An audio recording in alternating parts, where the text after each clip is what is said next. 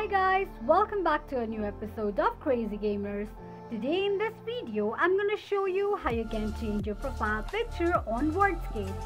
Keep watching the video till the end. To change your profile picture on Wordscape, firstly go ahead and launch open your Wordscape application.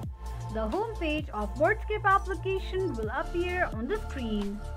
Tap on your profile picture at the bottom left corner of the page. On the next page, click on your profile name. Select the picture that you would like to change to and tap on it. After you're done selecting your profile picture, click on Confirm. This is how you can change your profile picture on Wordscape quickly and easily just in few steps.